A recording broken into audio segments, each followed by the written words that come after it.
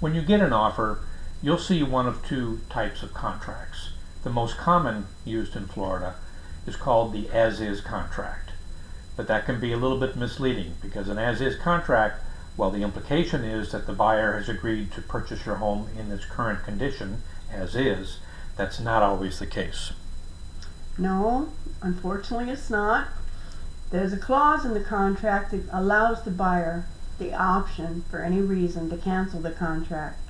So this is the opportunity that most buyers will use to reopen negotiations based upon the results of the inspection report. So a buyer may come back and ask for certain items to be repaired. However, you as the seller have no contractual obligations. You can say no to all of those repairs. And as Donna just mentioned, the buyer then also has the right to terminate the contract within that inspection period, which we typically negotiate down to 7 or 10 days at the most. The other type of contract that you're going to see is a contract that has a repair provision built into it. In this contract, there is a dollar limit to the amount of repairs that you are contractually obligated to make. Of course, a home inspector has to identify those repairs, and the buyer then has to come back and ask for those repairs.